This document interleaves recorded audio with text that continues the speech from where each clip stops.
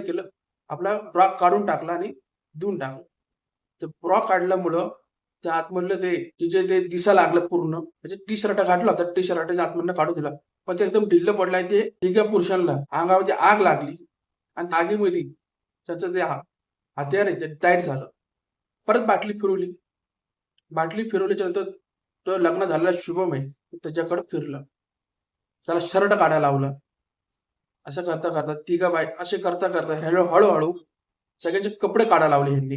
हे सगळं प्लॅन पुरुषांचा होता.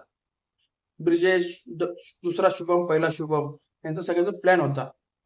ह्यांचे सगळे कपडे घालायच्या नंतर बायका होत्या त्या अर्ध्या कपड्यांवर आल्या. जे काही करांचा ब्रा होता, काही करांचं टी शर्ट होतं, काही करांचे कपडे काढले होते आणि हळूहळू मध्ये ते एक टास्क यायचा. त्या टास्क मध्ये ते लोक सगळ्यांना दारू पाजायचे एक एक पॅक. त्यामुळे सगळे ते दारूच्या नशेत होते. नवरे